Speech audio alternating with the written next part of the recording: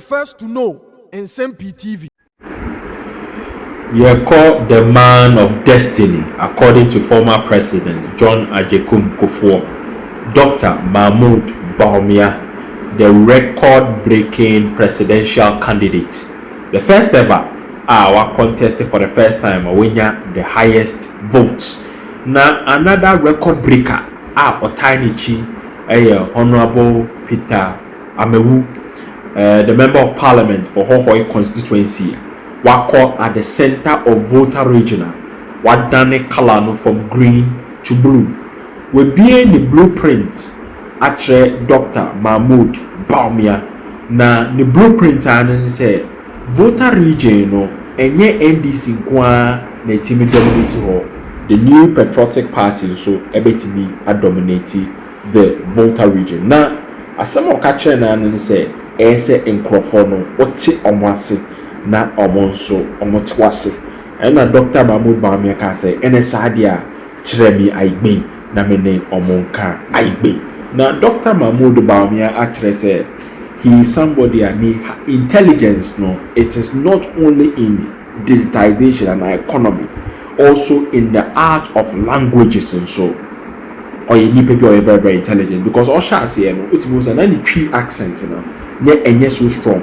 But in the midst of this campaign, the speed at which Dr. Mahmoud Bawumia it's make a tree and the tree I'm more down, and it's no surprise say Ayigbe ni Ayigbe no so Emma Clergy ni esre kwa. Na ansana Dr. Mahmoud Bawumia bekasa no ochirechire mu ne very strong relationship with that of the Christian community. And at the end here, or share na probably say each and every time or choose to say on the clergy for no ebeshia first. Now share reception about a region at the amana which means say blueprinter Honorable Peter Amewu ede adane the Hohoi constituency. Dr. Mahmoud Bawumia ede ba dane some part of the Volta regional NDC for omeni andaho because Volta region for no sa perception and no people say the new patriotic party here a camp party no it has been broken by the selection of Dr. Mahmoud Bawumia. Na go tie new introductory remarks or the two to the clergy of Volta region during the campaign. Chosen person. We believe that he has a heart that is willing to listen and learn. Submissive, humble, but a very firm person.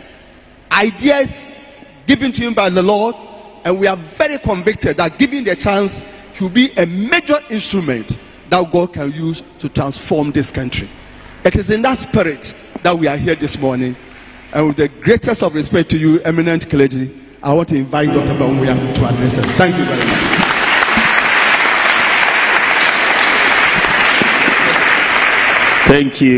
Thank you very much. I think if my campaign chairman was not a politician, he would have been a pastor by now.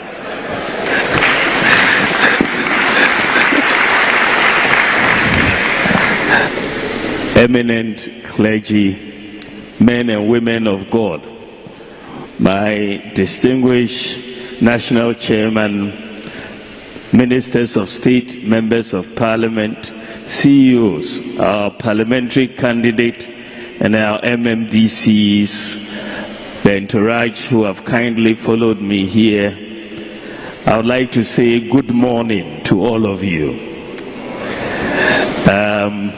They will say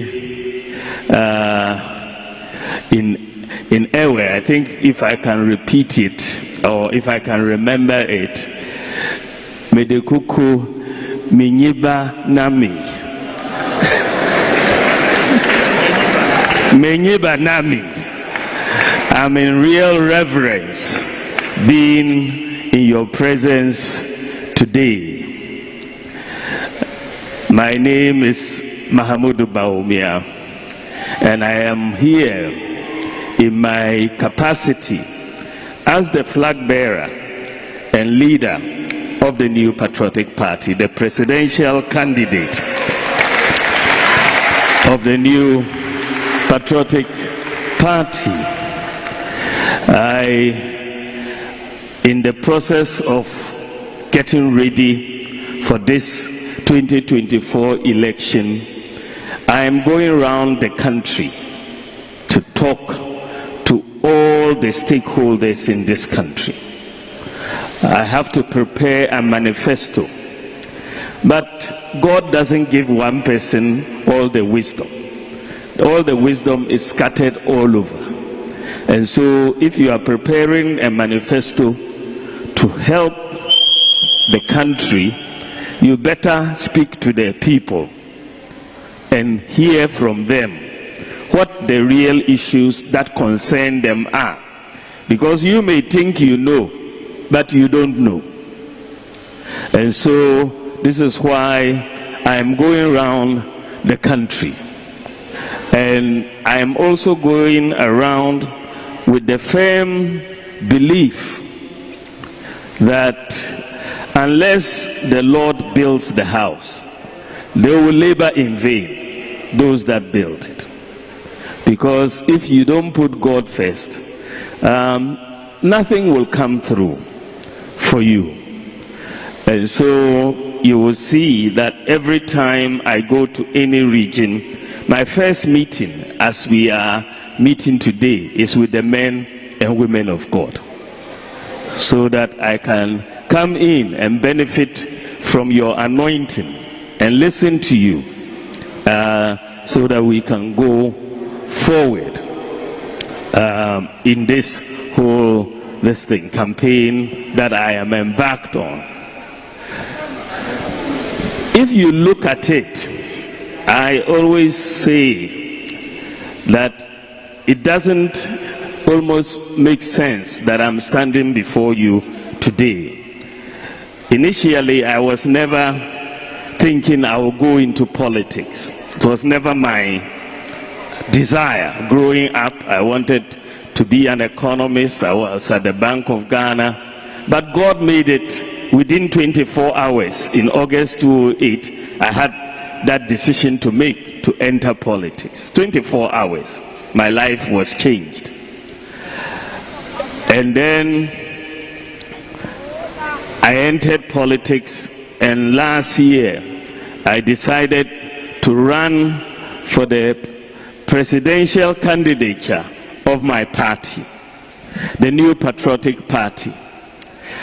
All of you know that in our party there was almost a pattern that had been established, that many people thought that we were only going to select Akan leaders to lead us. Isn't that the case? That was the pattern that many people thought had been established, that our leadership would always be Akan. So when you had this man from Wale Wale get up and say, I also am going to lead the party, there were many people who said it will not happen. They didn't see how the MPP would elect somebody from the north to come and lead the party. And not only with somebody from the north, I also am a Muslim. So you essentially had something that had also never happened in Ghana, that you are saying that this person is from the north, he's also a Muslim. How can you be elected to lead this MPP? I said, if it is the will of God, it can happen. It is possible. It is possible. We went for an election in the party, and lo and behold, I was the only person from the north against 9 other people, only person. But God said, it is possible. Make it possible. And I was elected with the highest votes ever for a first-time candidate in the MPP. So I believe that it was not by my might or by my power, but by the grace of God that I was elected as the candidate for the New Patriotic Party. I believe that, as we are told in the Bible, God can use anybody. A good friend of mine who is one of my best friends from primary school, who is a priest right now in Techiman. He used to tease me and he would say, can anything good come out of Wale Wale? Can anything good come out of Wale Wale? And I said, yes, Kote, something good can come out of Wale Wale if it is the will of God. And I believe that, as I said, God can use anybody to change a society. We see the story of Cyrus in the Bible. Cyrus did not even believe in God.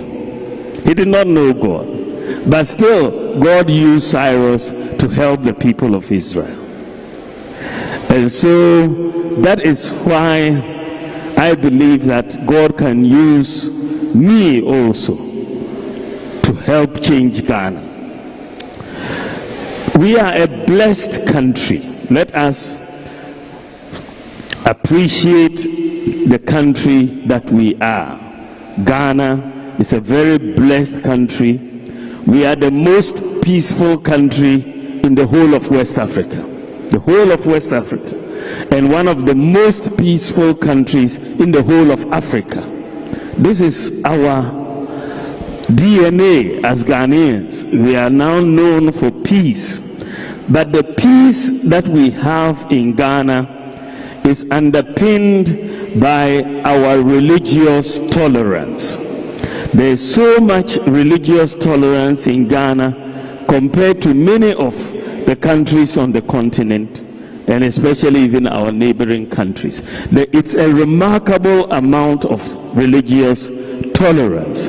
We are the only country in this continent that I know of where a chief imam celebrates his 100th birthday by going to the Catholic Church and praying there. That is very unusual. That is very unusual. Recently, I visited the Vatican and had audience with His Holiness the Pope Francis. And when we had our conversation, one of the things he mentioned, and he's so knowledgeable, so knowledgeable, he says, the thing I like about Ghana is your religious tolerance. So you people should maintain that religious tolerance. And I said to him, please pray for us so that that religious tolerance continues to be maintained.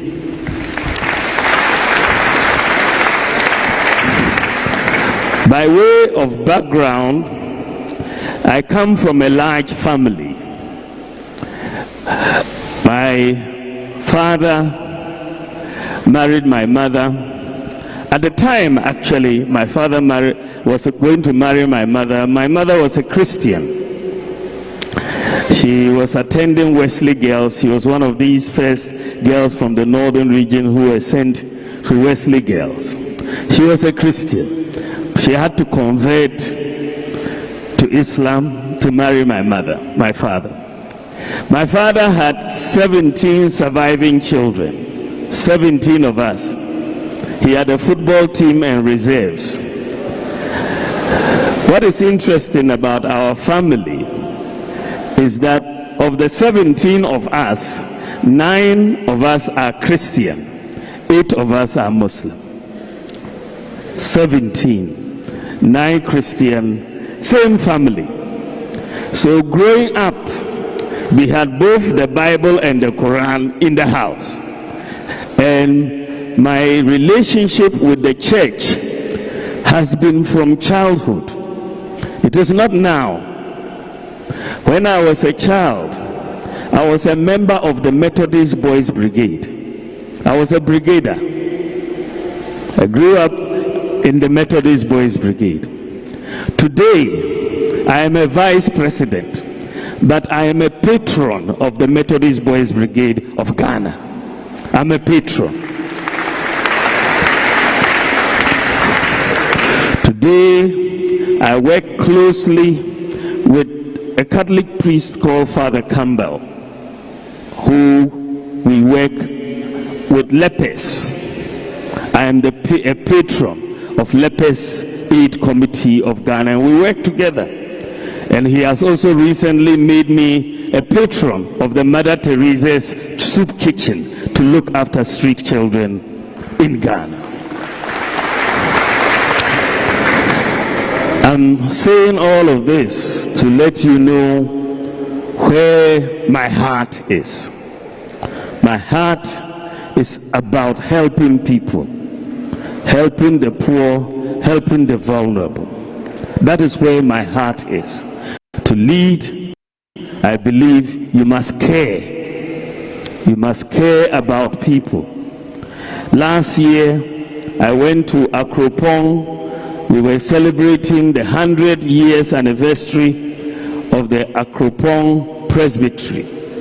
When we went there, I was so touched. I was with my campaign chairman, Dambotwe. I was so touched with the history of the Presby Church in the region and in Ghana, and celebrating 100 years anniversary. And I said, I'm going to do something to commemorate the contribution of the church. And I offered to build a school in Kwabuantang in the eastern region in honor of the church's 100 years. And I have built the school, and we have commissioned the school in honor of the church. So as I say, my whole worldview and my relationship with the church has been from childhood. It is not because I entered politics that I'm getting closer to the church. I've been very close to the church way before.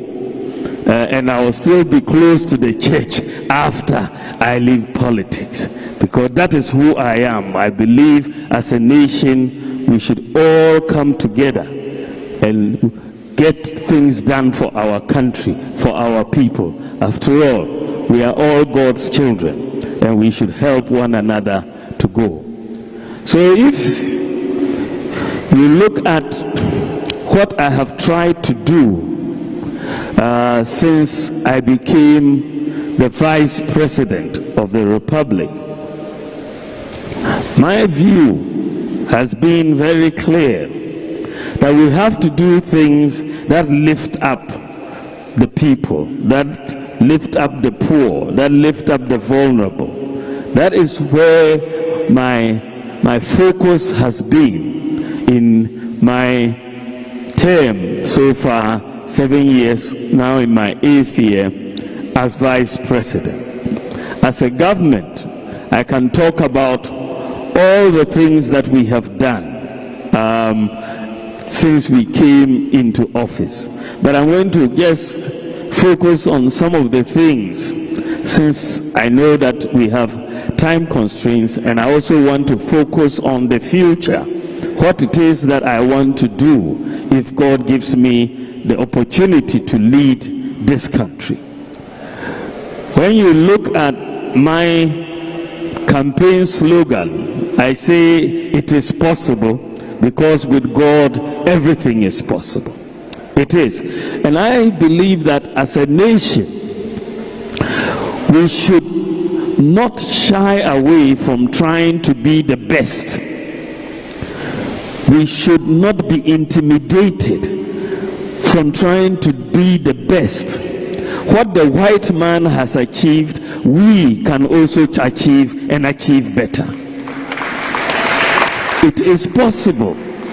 It is possible. We should not be intimidated. So when I came into office, I decided to focus on some of the problems that we have had as a country for a very long time that we did not solve. We didn't have unique identity. There was no unique identity for Ghana. But the world is going into a digital age, the 4th industrial revolution. That fourth industrial revolution, Africa must be a full part of it. Ghana must be a full part of it. We cannot miss it. We miss the first, we miss the second, we miss the third. The fourth is upon us. The foundational document for full participation in the fourth industrial revolution